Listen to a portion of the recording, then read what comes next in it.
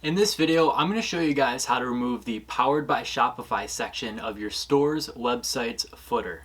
This is essential to branding, and you guys should be doing this to every store that you create. So without wasting any time, let's jump right into it. So this is a very important aspect of brand building that is often overlooked. And if you can see right here on the footer, it says the year and then your store's name or your business's name, and then it has the Powered by Shopify section right here.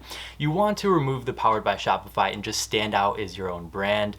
Oftentimes people will run into a poorly built dropshipping store and get ripped off or just have a bad experience that says Powered by Shopify at the bottom, and they often associate all Shopify stores with this. So you really just want your own store at the bottom. You don't want to reveal what platform you're using, and you just want your own store's branding all over. It would be one thing if you're using a free plan and you had to have the Powered by Shopify at the bottom, but if you're paying to use this service, you should only be displaying your own store's name there. So how do we actually remove this? Well, let's go ahead and jump into our Shopify dashboard. Okay, so we're here on the home page or the Shopify dashboard. This is the screen that you would see logging into your store.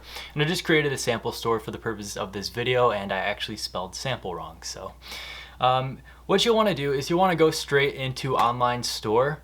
And over here, you'll see where you would edit the theme and actually build your store. Well, you'll go on actions, and a lot of times I've often seen people where they click edit code, but this is actually a much simpler method. So you'll go on edit languages. There's no reason to deal with all the code and confusing aspects, and you might actually mess something up.